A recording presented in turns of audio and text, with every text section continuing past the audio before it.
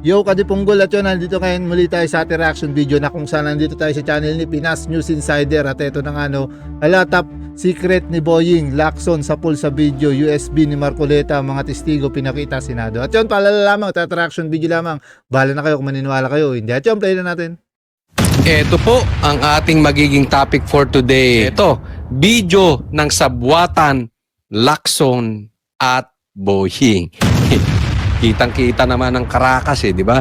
Pero eto, tingnan nyo at husgahan nyo, AI ba ito? Pero bago tayo magsimula, ako'y nagpapaalala. Napaka-importante po ng pag-like ninyo. Sana po i-like nyo po itong vlog na ito pagpasok nyo pa lang ha. Tayo po ay medyo kababalik lang. No? So sana sumuporta po tayo ha. Like nyo po. And ganoon na rin po. Please, check nyo po kung nakasubscribe na kayo. Lalo-lalo na, kung matagal na kayong nanonood pero hindi pa po kayo nakasubscribe. Dahil sabi ni YouTube, more than half, 2026 na yung mga nanonood, hindi pa nakasubscribe. Lagpas kalahati. So, pakicheck nyo lang. Merong box dyan. Check nyo lang, konting lambing. Baka pwedeng mag-subscribe. Okay, hindi na po natin pagtatagalin. Diretso na po tayo agad-agad sa ating topic. Kita ko sa inyo, may connection to. May connection na kung paano nila minamanipula ang ebidensya. Labas ko sa inyo yung video na sabwatan ni Boying tsaka ni Lacson. Ito po. Tingnan natin, tingnan yung mabuti ito. Ito yung nakita ko, okay? Itong video na ito. Tingnan nyo po kung paano magsabwatan tong mga animal na to. Pero bago tayo pumunta dyan. Tulfo, paano na kayong Tulfo? Hindi ko po nilalahat. May mga matinong Tulfo. Itong si Ben Tulfo, walang topak ikaw ba nakinabang doon sa kaparty list mo? Kasabwat yung mga kaparty list mo dati. Ikaw, Erwin Tulfo. Kaya ba bahag ang buntot mo ngayon? Sunod ka ng sunod? Nako. Pero huwag ka mag-alala. Iisa-isahin natin yan. Maglalabas po tayo ng ebidensya. Marami tayong pasabog ngayon 2026. Ito hindi pasabog ng chismis Ito po ay may connection kung paano ang galawan ng dyan sa loob. Paano nagsasabwatan? Paano nila minamanipulate? Paano yung politika pinapagana? Kaya maraming galit sa Duterte. Dahil hindi nila kayang hawakan ng leeg. Si Bongbong Marcos, padali lang yun Himurin mo lang ang puwet nun, tubig na. Ayun. Mahimon mo. Nako. Ayos na kayo. Hanggang ngayon, nakita nyo naman pambihira. Nanumbalik, may nanalo na naman sa sa loto. Anyway, pag-usapan natin tong sabwatan na to. Kaduda-duda ang kilos dito sa Senate inquiry. Can you please take your seat beside the Secretary of the Department of Justice? Beside the Secretary of the Department of Justice? The Secretary of the Department of Justice para yung witness pinalipat. Yung nasa vantage point ka. Yung vantage point, advantage sa inyo para makontrol. Kaya sinasabi ko sa inyo doon sa Rimulya, si Rimulya, kaya lang diniin tong Revilla. Dahil kalaban nga sa politika diyan, sa Cavite. At hindi lang yun. Kitang-kita naman natin, pakita ko sa inyo, una pa lang, pinatabi na kay Boying. Kontrolin. Pinapakontrol. Tingnan nyo, obserbahan nyo ngayon si Boying. Never nangyari sa history, pinagalaw ang witness para lang sa vantage point. Ayun, Tapos katabi pa ng Secretary of Justice. Isang ka pa. Ngayon lang nangyari. Di umano, ayan sabi, katabi pa ng Secretary of Justice. Ano to?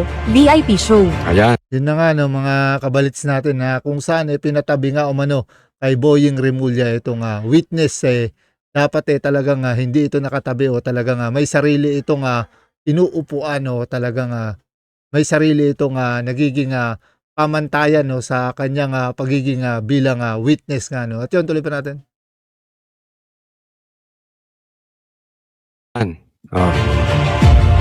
Bakit parang abogado ng kriminal si Secretary? Sanyasa. Friendly, close. Defense counsel ba siya o Secretary of Justice? Nangangamba po kasi ako sa seguridad ng pamilya ko. O kita nyo, protective pa. Ganito ba siya sa lahat ng kriminal? Tinabi lang kay Boying. Nangamba na siya sa seguridad ng pamilya niya. Naka alam naman natin to si Boying. Itsura pa lang, itsurang demonyo. Tignan nyo naman. Oh. Paano makikipagtalo to sa rebelya, pamilya? Para nagtampo sa bigla.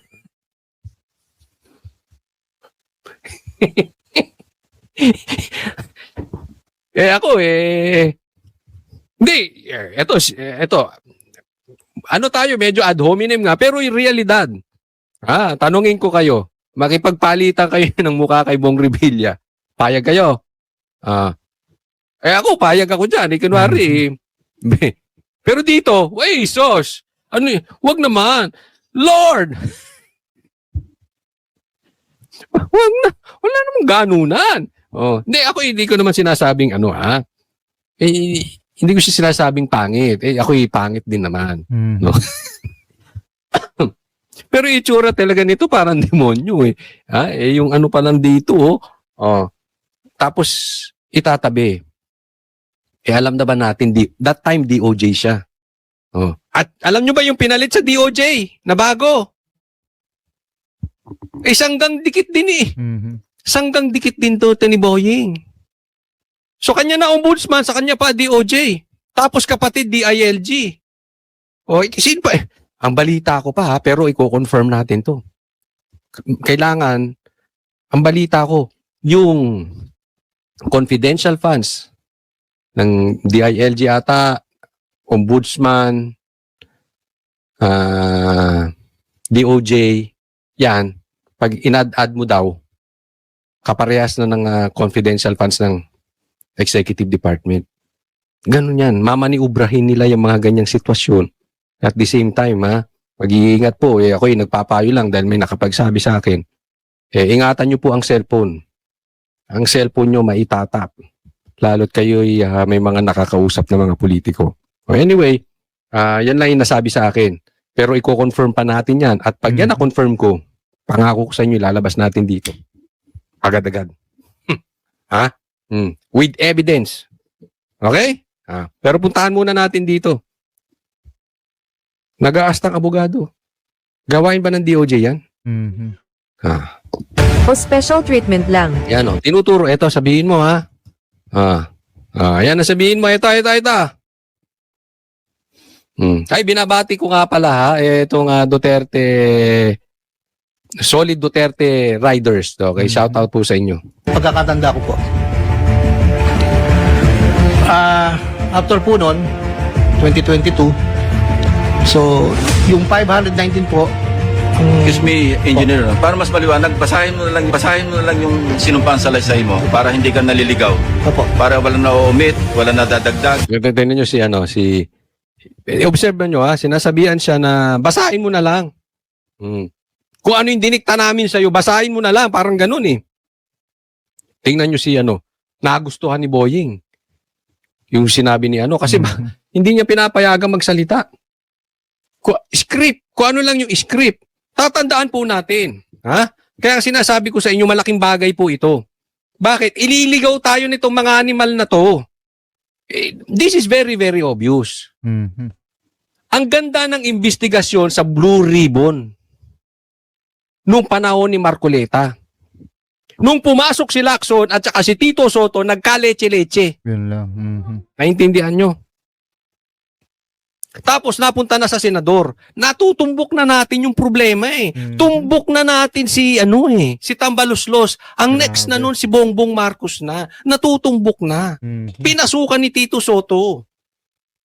Tapos malinis daw ang budget. Pinasukan ni Naintindihan nyo? Kaya ipapakita natin, scripted to. Hindi lang to si Alcantara, si Bernardo rin. Marami po kaming ilalabas sa mamang niyan. Dahil itong si Bernardo, palit ng statement. Ang layo na doon sa sinabi niya sa Senado at saka yung sinasampang kaso. Okay? Malayo na po. Papalit-palit. Kasi yung nauna niya sinabi, parang idinagdag lang yung mga pangalan ng mga senador. Itong mga dulo, Dito nga ng mga kabalits natin, na tila nga ba pati taong bayan nagsawa na rin no, sa kakaimbestiga dito sa Senado na tila nga ba hindi na no, maunawaan no, talagang nililihis na yung totoong katotohanan no, yung umano'y dapat na talagang diretsong pagbibigay umano ng hakbang o talagang tugon sa tunay na pangyayari o yung tunay na may sala nga dito nga no, sa korupsyon sa ating bansa. At yun, tuloy pa natin. inayos na nila para madiin. Naiintindihan nyo? Mhm. Pero, kahit po first year law student, Mhm. yung mga pinagsasabi ni Bernardo, hindi tatayo sa korte. Yun Ampaw lang. talaga. Mhm. As in, ampaw. Alam nyo kung gaano kalayo sa katotohanan yung mga pinagsasabi ni Bernardo, na papalit-palit na nga, ang layo na dun sa original, Mhm. ampaw pa rin. Alam nyo kung gaano kaampaw? Parang yung mga pangako ni Bongbong Marcos. Mhm. Parang yung mga statement ni Claire Castro. Mhm. Walang maniniwala. Malayo sa katotohanan. Kaya sablay talaga. Coach, sasabihin ninyo, bakit isinampa? Mhm. Bakit sinasabi? Alam nyo kung bakit? Kahit ampaw, sasakyan ng media. Mhm. Pag sinakyan ng media, artista, senador, trial by publicity mangyayari. Yung totoong magnanakaw, yan yung sinasabi ko, kaya kinukunik ko sa inyo, yung totoong magnanakaw lalaya. Mhm. Kunwari ako magnanakaw, congressman. Gusto ko ng maingay. Ang alam nyo kung sino pagbibintangan kong tatlo? Cheese, Mhm. Jinggoy, tsaka Bong Revilla. Mga artista, kilala. Sama ko pa dyan, si Bongo Duterte. Ligtas na ako. Para ano? Mawala. Exactly, ganyan ang ginagawa. Scripted. Iisa-isahin po namin. Alam nyo kung bakit? Hindi tayo pwedeng mawala sa ugat ng problema. Mhm. Ang nuknukan ng nakaw ay galing sa flood control, sa ghost projects, na ang mastermind ay kilala nyo na.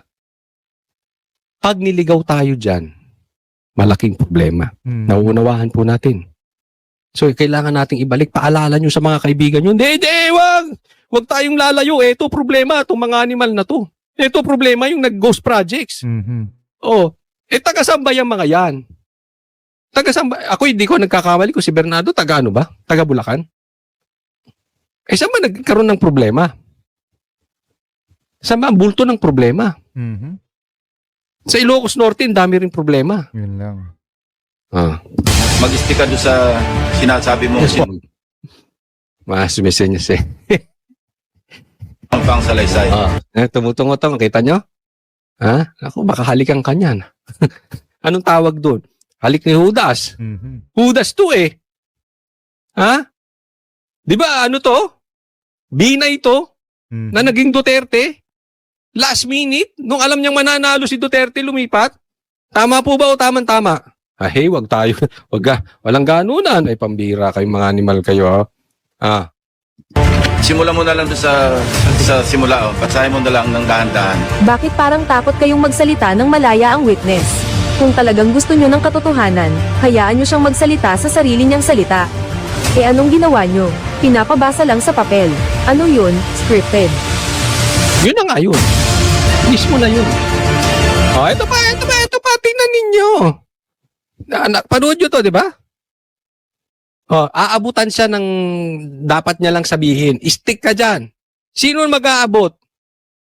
DOJ, Mhm. SOJ. Abogado ka? Abogado? Tapos, yung mga sinasabi nila, ligtas. Mhm. Si Bongbong Marcos at si Tambaloslos, si Romualdez. Talagang tinatarantado yung mga Pilipino. Di ba? Aabutan. Tingnan nyo reaction. Eto pa, ano itong inabot? Ano to?